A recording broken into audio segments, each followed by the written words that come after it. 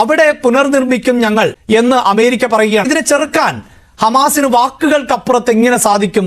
Shri O Abdulla, അവൻ കലക്കാൻ പോണ കലക്ക് കണ്ടോ? ഹമാസ് ഫീനക്സ് പക്ഷികളെ പോലെ ചാരത്തിൽ നിന്ന് ആകാശത്തിന്റെ അനന്തതയിലേക്ക് മധ്യധരണിയായുടെ മുകളിലൂടെ പാറിപ്പറക്കുന്ന കാലം അതിവിദൂരമല്ല. വയലാറെഴുതുപോലെ ഹമാസ് വിശ്വസിക്കുന്നതായ ഒരു പ്രത്യയശാസ്ത്രമുണ്ട്, അത് ഇസ്ലാമാണ്. ചരിത്രം വായിക്കണം. ചരിത്രത്തിൽ ഇതിനേക്കാൾ വലിയ ദുർഘട സന്ധികളിലൂടെ കടന്നു വന്നതായ ഒരു വിശ്വാസ പ്രമാണം, അതാണ് ഇസ്ലാം. ആ ഇസ്ലാമിൽ വിശ്വസിക്കുന്നതാണ് ഹമാസ്. വെറുതെ അല്ല തന്നെ നാട്ടുകാർ പ്രാകുന്നത്. ഞാൻ ഇസ്ലാമിന് പിന്നെ പറയാൻ കാരണം ഹമാസിന്റെ വ്യത്യസ്തമാക്കുന്നത് അവർ ഇസ്ലാമിനെ മുറുകെ പിടിക്കുന്നവരാണ്. ഇതിനു മുമ്പ് കഴിഞ്ഞു പോയ PLO, പലസ്തീൻ ലിബറേഷൻ ഓർഗനൈസേഷൻ പോലെ പലതുണ്ട്. അതൊക്കെ അമേരിക്ക വിചാരിച്ചാൽ അവർക്ക് കീശയിലാക്കാൻ കഴിയുന്നവരും ഹൈജാക്ക് ചെയ്യാൻ കഴിയുന്നവരാണ്. ഇവരാവട്ടെ ആൺകുട്ടികളാണ്. ഈ മൊയ്തീനിക്കാന്റെ ഓരോ തമാശകള് അവർ ഒരു നിലക്കും പരാജയപ്പെടുത്താൻ കഴിയില്ല. അതുകൊണ്ട് തന്നെ അവർ വളരെ വലിയ മുന്നേറ്റം നടത്തിക്കൊണ്ടിരിക്കുകയാണ്. താൽക്കാലികമായ അമേരിക്കയുടെ മുഴുവൻ ശക്തിയും അമേരിക്കക്ക് നമ്മൾ മനസ്സിലാക്കണം. അമേരിക്കക്കെതിരെ അമേരിക്ക യൂണിവേഴ്സിറ്റികളിലും അമേരിക്ക തെരുവുകളിലും അവരുടെ ഈ വിദേശ നയം മധ്യപൗരസ്ത്യ ദേശത്ത് തെറ്റായ, ഭീകരമായ, കുറ്റകരമായ, ഹീനമായ, നീചമായ നടപടികൾക്കെതിരെ പ്രതിഷേധങ്ങൾ ഉയർന്നുകൊണ്ടിരിക്കുകയാണ്. അങ്ങനത്തെ അമേരിക്കയാണോ ഇവിടെ കീഴടക്കാൻ പോകുന്നത്? എന്റെ ബുദ്ധിപരമായ നീക്കം കണ്ടിട്ട് എന്ത് തോന്നുന്നു? ദയവായി ഞാൻ എന്റെ ചോദ്യത്തിലേക്ക്, അതായത് നമ്മുടെ കേരളത്തിലടക്കം വലിയ പ്രതിഷേധങ്ങൾ ഉണ്ടായിട്ടുണ്ട്. പലസ്തീൻ ഐക്യദാർഢ്യവുമായി കേരളത്തിൽ പ്രതിഷേധ സംഗമങ്ങൾ നടന്നിട്ടുണ്ട്. താങ്കൾ ഈ പറയുന്നത് പോലെ അമേരിക്കയിലും ഇത്തരം പ്രതിഷേധങ്ങളുണ്ട്. പക്ഷേ ഇത് താങ്കൾ പറയുന്നത് അനുസരിച്ചാണെങ്കിലും ഇത് ശക്തികൾ തമ്മിലുള്ള ഒരു പോരാട്ടമാണല്ലോ. ആ ശക്തികളും ആൾബലവും അംഗബലവും ഒക്കെ പരിശോധിക്കുമ്പോഴാണല്ലോ ഇതിൽ പ്രതിസന്ധി ഉണ്ടാകുന്നത്. എന്തെല്ലാം സംഭവങ്ങൾ ലോകത്ത് നടക്കുന്നുണ്ട്, ഇതൊന്നും മനസ്സിലാക്കാതെ അമേരിക്ക ആനയാണ്, അമേരിക്ക കുതിരയാണ് എന്നൊക്കെ പറഞ്ഞുകൊണ്ട് വിശ്വസിക്കുന്നതായ വിവരക്കേടിനോട് എനിക്ക് ഭയങ്കര ബഹുമാനം ഉണ്ടാകുന്നുണ്ട്. അത് ഞാൻ പറയാൻ ഉദ്ദേശിക്കുന്നില്ല. ഒന്നും ചെയ്യാൻ കഴിയില്ല. മുസ്ലിങ്ങളെ സംബന്ധിച്ചിടത്തോളം അവർക്കൊരു വിശ്വാസ പ്രമാണമുണ്ട്. അത് നമ്മൾ മനസ്സിലാക്കേണ്ട ഒരു കാര്യമാണ്. അവരെ സംബന്ധിച്ചിടത്തോളം രണ്ടാലൊന്നേ ഉള്ളൂ, യുദ്ധത്തിൽ പരാജയമല്ല. ഒന്നുകിൽ അവർ രക്തസാക്ഷികളായി നേരെ പോകുന്നത് സ്വർഗത്തിലേക്കാണ്. കാത്തിരുന്നാ മതി. ഒരു വാക്കുകൂടി, പൂർവീകങ്ങൾ നിങ്ങൾക്ക് സാധാരണ കേൾക്കലുണ്ടാവും. സ്വർഗീയ സ്ത്രീകളെ പറ്റിയ അവരെ പോയി പ്രാപിക്കാനുള്ള അവസരം അല്ലെങ്കിൽ വിജയം ഈ ഭൂമിയിൽ. ഞാനൊക്കെ അതാ കാത്തിരിക്കുന്നത്. എന്തോന്ന് അവരെ പോയി പ്രാപിക്കാനുള്ള അവസരം. ഞാനൊക്കെ അതാ കാത്തിരിക്കുന്നത്. താങ്കൾ പറയുന്ന ഇസ്ലാമിക മതത്തെ അല്ലെങ്കിൽ ഇസ്ലാമിക ആദർശങ്ങളെ പിന്തുണയ്ക്കുന്ന ഒട്ടനവധി രാജ്യങ്ങളുണ്ടല്ലോ. ഇതേ ഗാസയ്ക്കും പലസ്തീനും ഒക്കെ ചുറ്റുമുള്ള രാജ്യങ്ങൾ, അവരും പിന്തുടരുന്നത് ഇസ്ലാമിക ആദർശങ്ങളാണല്ലോ. എന്തുകൊണ്ട് അവരുടെ പൂർണ്ണമായി പിന്തുണ ലഭിക്കുന്നില്ല?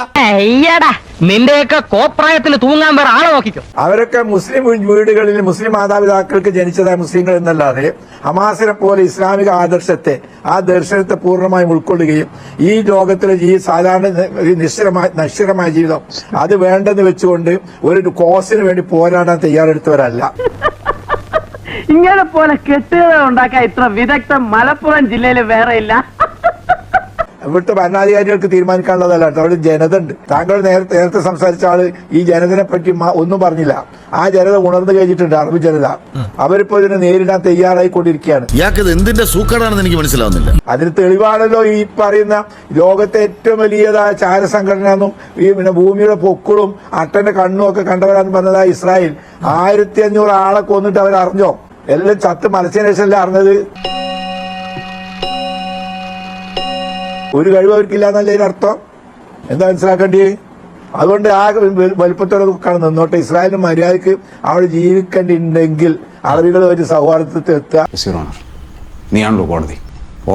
നമ്മൾ ഈ മതരാഷ്ട്രവാദത്തിനൊക്കെ അങ്ങേറ്റം എതിർക്കും. ജൂതന്മാർ അത് ചെയ്യാൻ നമുക്കൊരു എതിർപ്പില്ല. നമ്മൾ ഇന്ത്യയിലൊക്കെ തന്നെ അത്തരം രാഷ്ട്രീയ പാർട്ടികളൊക്കെ ഭയങ്കരമായി എതിർക്കും. പക്ഷെ ഇവർ ചെയ്യുകയാണെങ്കിൽ അത് യാതൊരു കുഴപ്പമില്ല. അതുകൊണ്ട് അതൊന്നും നിലനിൽക്കൂല. ഒരു പേടി മുസ്ലിങ്ങൾക്കില്ല. ഇസ്ലാം അജയ്യമാണ്. നിനക്കൊക്കെ 10 പൈസയുടെ വിവരം ഉണ്ടോ? അല്ല, നമ്മളങ്ങനെ മുസ്ലിങ്ങൾക്ക് എന്നൊക്കെ പരത്തി പറയേണ്ടതുണ്ടോ? അത് ഹമാസിന്റെ ഒരു വികാരത്തെ നമ്മൾ ലോകത്തെ മുസ്ലിങ്ങളുടെ വികാരമായി കണക്കാക്കേണ്ടതുണ്ടോ? അതുകൊണ്ട് തീർച്ചയായും എന്നെ പോലത്തെ അത് കണക്കാക്കിക്കൊണ്ട് നടക്കുന്നത്. അത് കണക്കാക്കാത്ത നല്ലൊരു വിഭാഗം മുസ്ലിങ്ങളുണ്ട്. പക്ഷെ ഞങ്ങളൊക്കെ അത് കണക്കാക്കുന്നവരാണ്. ഇവിടെ എന്റെ സുഹൃത്ത് എന്നതുകൊണ്ട് ഷാബു പ്രസാദിനെയാണ് അദ്ദേഹം ഉദ്ദേശിച്ചത് എന്ന് തോന്നുന്നു. ഞാൻ എന്തായാലും ജാതിയോ മതമോ അല്ലെങ്കിൽ ബൈബിളാണോ ഭഗവത്ഗീതയാണോ ഖുറാനാണോ പിന്തുടരുന്നത് എന്ന് നോക്കി ഒന്നുമല്ല സുഹൃത്തുക്കളെ നിശ്ചയിക്കുന്നത്. എനിക്ക് വല്ല പ്രാന്തണ്ട ഈ ഊളകളോട് വർത്താനം പറയാൻ. അദ്ദേഹം പറഞ്ഞത് ഹമാസ് ഇസ്ലാം ആണെന്നാണ് പറഞ്ഞത്. അപ്പൊ എല്ലാ ഇസ്ലാമിക് റിലീജിയനിൽ വിശ്വസിക്കുന്ന എല്ലാവരും ഹമാസിനെ പിന്തുണയ്ക്കുന്നു എന്നൊരു തരത്തിലാണ് സംസാരിച്ചത്. എന്റെ അറിവില് 100%-ല് 98% മുസ്ലിം മതവിഭാഗത്തിൽപ്പെട്ട എല്ലാവരും നല്ല ആൾക്കാരാണ്, അല്ലെങ്കിൽ സമാധാനം ആഗ്രഹിക്കുന്നവരാണ്. 2-3 ചെറിയൊരു പെർസെന്റേജ് ആണ് ഈ പ്രശ്നങ്ങളിൽ വരുന്നത്. അത്ര പെട്ടെന്ന് മനസ്സിലാക്കിയെടുക്കാനുള്ള ബുദ്ധി അതിനുണ്ടോടാ. അപ്പൊ അതിനെ ഒന്നടങ്കം ആ മതവുമായിട്ട് ബന്ധപ്പെടുത്തണമെന്ന് എനിക്ക് തോന്നുന്നില്ല. ഇവിടെ നിന്ന് നോക്കി കാണുമ്പോഴത്തേക്കും ഇതൊരു മതപരമായ ഒരു കാര്യമല്ല. ഇത് അത് തെറ്റ് ആര് ചെയ്ത് കഴിഞ്ഞാലും, അത് ഹിന്ദുക്കൾ ചെയ്താലും ക്രിസ്ത്യാനികൾ ചെയ്താലും മുസ്ലിംകൾ ചെയ്താലും ആര് ചെയ്താലും അത് തെറ്റാണ്. അത് അതിനകത്ത് നമുക്ക് ന്യായീകരിക്കാൻ പറ്റത്തില്ല.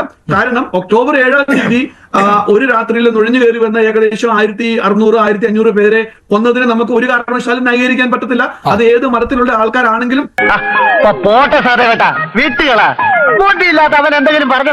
അതായത് ഞാൻ ഇതില് മതത്തിനെ വെച്ചുകൊണ്ടെന്നല്ല, ഹമാസ് സംഘടിച്ചത് ഇസ്ലാമിന്റെ അടിസ്ഥാനത്തിലാണ്. ആ വാക്കിന്റെ അർത്ഥം അതാ മുഖാവമത്ത് എന്നാ. ഇതിനെ ഇസ്ലാമികമായി നേരിടാനുള്ള പ്രതിരോധ ശക്തി. അതുകൊണ്ടാണ് ഞാൻ അതിന് ഇസ്ലാമികമായ എന്ന് പറയാൻ കാരണം. അതിന് മുമ്പ് എത്രയോ സംഘടനകൾ ഉണ്ടായിരുന്നു. ആ സംഘടനകൾക്കൊന്നും ഇസ്ലാമിക സ്പിരിറ്റോ ആത്മാർത്ഥതയോ ഉണ്ടായിരുന്നില്ല. ഇവര് ഈ ഹമാസ് ഒരു പ്രത്യേകമായ ഒരു ഇസ്ലാമിക മാർഗത്തിൽ ഇറങ്ങിത്തിരിച്ചത് ഒരു വിഭാഗമാണ്. അതുകൊണ്ടാണ് ഞാൻ ഇതിനകത്ത് മതത്തെ കൊണ്ടുവരാൻ കാരണം. മറ്റൊരു പേരിന് മാത്രം ഇപ്പൊ ഇവിടെ ഒരു മതവിഭാഗം RSS അവര് ഹിന്ദുക്കൾക്ക് വേണ്ടി നിലകൊള്ളുമ്പോൾ ഇവിടെ മറ്റുള്ളൊരു ഹിന്ദുക്കളെല്ലാം എന്ത് വെച്ചാൽ എന്താ മറുപടി പറയാ? അവരതിനു വേണ്ടി ഒഴിഞ്ഞിട്ടവരാണ്, അതിനുവേണ്ടി എന്തും ചെയ്യാൻ തയ്യാറായതാ. അതിൽപ്പെട്ടതാണ് ഹമാസ്. അതുകൊണ്ടാണ് അതിൽ മതത്തെ കൊണ്ടുവരാൻ കാരണം. ഇപ്പോഴും ട്രംപ് തെരഞ്ഞെടുപ്പ് പ്രചാരണത്തിന്റെ സമയത്ത് പറഞ്ഞത് എന്താണോ അത് തന്നെയാണ് പ്രവർത്തിച്ചുകൊണ്ടും ഇരിക്കുന്നത്. അതുകൊണ്ട് തന്നെ ഇതിനെ ചെറുക്കാൻ ആർക്കെങ്കിലും സാധിക്കുമെന്നത് അത്ര എളുപ്പമാകില്ല എന്ന് വേണം ഈ ഘട്ടത്തിൽ നിരീക്ഷിക്കാൻ. ശ്രീ ഒ അബ്ദുള്ള, എളുപ്പമാണോ അല്ലേ എന്നത് മറ്റൊരു കാര്യമാണ്. ഇത്തരം ആൾക്കാരെ അവരുടേതായ ഇഷ്ടത്തിന് വിട്ടിട്ടുണ്ടോ ചരിത്രം? ഇതിനേക്കാൾ വലിയ പോക്കിരിയായിട്ട് വന്ന ആളാണ് നെപ്പോളിയൻ ആരാ പരാജയപ്പെടുത്തിയത്? പലസ്തീനിലുള്ള അറബികളെ തോൽപ്പിച്ചത്. അത് ചിന്തിക്കാൻ കഴിയുമോ ചരിത്രത്തില്? വലിയ കാര്യമായി. ഇതിന്റെ പിന്നിലൊരു ആദർശമുണ്ട്. അത് ഈ ഹമാസ് എന്ന വാക്കിനെ അത് ഉൾക്കൊള്ളുന്നുണ്ട്. അതുകൊണ്ട് ഇവരൊക്കെ വിചാരിക്കുന്ന മാതിരി പെട്ടെന്ന് വന്ന് താൽക്കാലികമായ ചില രാഷ്ട്രീയ അവസ്ഥകളെ മാത്രം മുൻനിർത്തി ഇതെല്ലാം കീഴടക്കി കഴിയും, അവരെല്ലാം മൂക്ക് വലിച്ചു കഴിയുമെന്നൊരു വിശ്വാസം മുസ്ലിങ്ങൾക്കില്ല. 57 രാജ്യങ്ങളുണ്ട് എന്നത് ശരിയാണ്. അവരെല്ലാവരും ഹമാസിനെ ഏറ്റെടുക്കുന്നുണ്ടോ? ഇവിടെ ഹമാസ് ഉണ്ടോ? അവിടെ ഹമാസ് ഉണ്ടോ? ഹമാസ് എങ്ങനെ ഇവിടെ ഉണ്ടാവുക? പലസ്തീൻ വിമോചനത്തിന് വേണ്ടി രൂപീകരിച്ചായ ഹമാസ് അവിടെ ഉണ്ടാണ്ട്, കോഴിക്കോട്ട് ഉണ്ടാണ്ട്. പലസ്തീൻ വിമോചനത്തിന് വേണ്ടി ശ്രമിക്കുന്ന ഹമാസ് അതിന് ശക്തി വർദ്ധിപ്പിച്ചുകൊണ്ടിരിക്കുന്നു. അവർ വലിയ മുന്നേറ്റങ്ങൾ നടത്തിക്കൊണ്ടിരിക്കുന്നു. അത് നീ വല്ല സ്കൂൾ മാഷ്മാരോട് പറഞ്ഞാൽ മതി, അവര് വിശ്വസിക്കും. ഇതുപോലത്തെ പലതും ചരിത്രത്തിന് മുമ്പ് നടന്നിട്ടുണ്ട്. ഞാൻ പറഞ്ഞത് വീണ്ടും പറയാം. നെപ്പോളിയനെ അടക്കം ചെക്ക് പറഞ്ഞിട്ട് അതിന് ജാലൂത്തിൽ വെച്ച് ഇടക്കാലത്ത് വെച്ച് താൽക്കാലികമായി ഈ അമേരിക്കന്റെ കയ്യിൽ കുറച്ച് ആയുധം കിട്ടി. കുറെ ഭീരുക്കളായ ദീർഘകാലം ഇവരുടെ കോളനികളിൽ, അതായത് സാമ്രാജ്യത്വം ഇവരെ കീഴ്പ്പെടുത്തി കുറെ ഷേഖന്മാരും പോലെ രാജാക്കന്മാരും അവർക്ക് എല്ലാവിധ സുഖങ്ങളും സൗകര്യങ്ങളും ബാങ്ക് അക്കൗണ്ടുകളും നൽകി അവരെങ്ങനെ ആലോചിച്ചു കൊണ്ടുവന്നു. ജനങ്ങളുമായിട്ട് യാതൊരു ബന്ധമില്ലാത്ത കുറെ ഭരണാധികാരികൾ. മനുഷ്യന്റെ ക്ഷമയ്ക്ക് അതിലൊക്കെ ഉണ്ട്. നോണ പറച്ചിലല്ലേ തന്റെ തൊഴിൽ തന്നെ. അവരൊന്നും പറയുന്നില്ലല്ലോ, ചെയ്യുന്നില്ലല്ലോ എന്ന് പറഞ്ഞാൽ സമയമായിട്ടില്ല. അവിടുത്തെ ജനങ്ങൾ ഇത് മനസ്സിലാക്കുകയും ഉണരുകയും ചെയ്തുകൊണ്ടിരിക്കുകയാണ്. അങ്ങനെ ശരിയായ രീതിയിലുള്ള ഒരു ഉണർവ് സംഭവിച്ചു കഴിഞ്ഞിട്ടുണ്ടെങ്കിൽ ശരിയായ ഒരു അട്ടിമറി നടക്കും. അമേരിക്ക വാലും മടക്കി പോവേണ്ടി വരും. ഒരു സംശയ കാര്യത്തിൽ വേണ്ട. അബ്ദുള്ളയൊക്കെ ഒരു സങ്കല്പ ലോകത്തിരുന്നുകൊണ്ട് അദ്ദേഹം ഇങ്ങനെ പറയണം. അതിനൊന്നും നമുക്ക് പറ്റില്ല. അതൊന്നും പറയാൻ പറ്റില്ല. കാര്യം അദ്ദേഹം നിൽക്കുന്ന വേറെ ഏതൊരു ലോകത്താണ്. അദ്ദേഹം അവിടെ ഇരുന്ന് അദ്ദേഹം അവിടുത്തെ രാജാവും പ്രജയും മന്ത്രിയും ഒക്കെ ആയിട്ട് അദ്ദേഹം അങ്ങനെ വിരാജിക്കട്ടെ. അദ്ദേഹത്തിന് എല്ലാവിധ ആശംസകളും നേരിടുക എന്നുള്ളതല്ലാതെ മറ്റൊന്നും പറയാൻ. നമ്മളൊക്കെ ജീവിക്കുന്നത് റിയാലിറ്റിയുടെ ലോകത്താണ്. ഇവിടെ നമ്മുടെ കൺമുമ്പിൽ കാണുന്ന, നമ്മൾ അനുഭവിക്കുന്ന യാഥാർത്ഥ്യങ്ങളെ അടിസ്ഥാനമാക്കി മാത്രമേ നമുക്ക് അഭിപ്രായങ്ങൾ പറയാൻ. ജനാധിപത്യത്തിന്റെ ശക്തി എന്ന് പറഞ്ഞു കഴിഞ്ഞാൽ അത് വളരെ വളരെ വളരെ വലുതാണ്. ഇസ്രയേലിന്റെ ശക്തി എന്ന് പറയും പ്രധാന ശക്തി അവരുടെ ജനാധിപത്യമാണ്. ഇന്ത്യയിലെ പോലെ പാർലമെന്ററി ജനാധിപത്യമാണ്. അത് ഏറ്റവും വലിയ കരുത്താണ്. അങ്ങനെ ജനാധിപത്യത്തിന്റെ കരുത്ത് അത് തന്നെയാണ് ഭാരതത്തിന്റെ ഇന്ത്യയുടെ ഏറ്റവും വലിയ കരുത്ത് എന്ന് പറയുന്നത്. അതുകൊണ്ട് തന്നെ പല കാര്യങ്ങളും അമേരിക്ക വിചാരിച്ചാൽ ഇന്ന് ലോകത്ത് നടക്കുക തന്നെ ചെയ്യും. ഇത് സത്യം പറഞ്ഞാൽ അവരുടെ ആ സംവിധാനത്തോടും അവരുടെ ആ ജനാധിപത്യത്തിനോട് എനിക്ക് ബഹുമാനവും ആരാധനയുമുണ്ട്. ആരാധനയുണ്ട്, എനിക്ക് ആരാധനയുണ്ട്. ജനാധിപത്യത്തിനോട് എനിക്ക് ആരാധന തന്നെയുണ്ട്. ജനങ്ങൾ അടിമത്തം എന്ന് പറയും, ആരാധന എന്നല്ല. അതിനകത്തൊരു പഴമുണ്ട്, അതൊരു വായിക്കുത്തി കേട്ടോണ്ട്. ട്രംപിനെ തെരഞ്ഞെടുത്തത് അമേരിക്കയിലെ ജനങ്ങളാണ് മിസ്റ്റർ അബ്ദുള്ള. അവിടുത്തെ ജനങ്ങളാണ് തെരഞ്ഞെടുത്തത്, അല്ലാതെ വേറെ ആരുമല്ല. അവിടുത്തെ രാജകുടുംബത്തിന്റെ പാരമ്പര്യം കൊണ്ട് വന്നതൊന്നുമല്ല. തന്റെ ഇടപാടെല്ലാം തീർന്നല്ലോ, മുതലും പലിശ എല്ലാം കിട്ടിയല്ലോ. ഓക്കെ, അപ്പൊ ഞാൻ പോട്ടെ.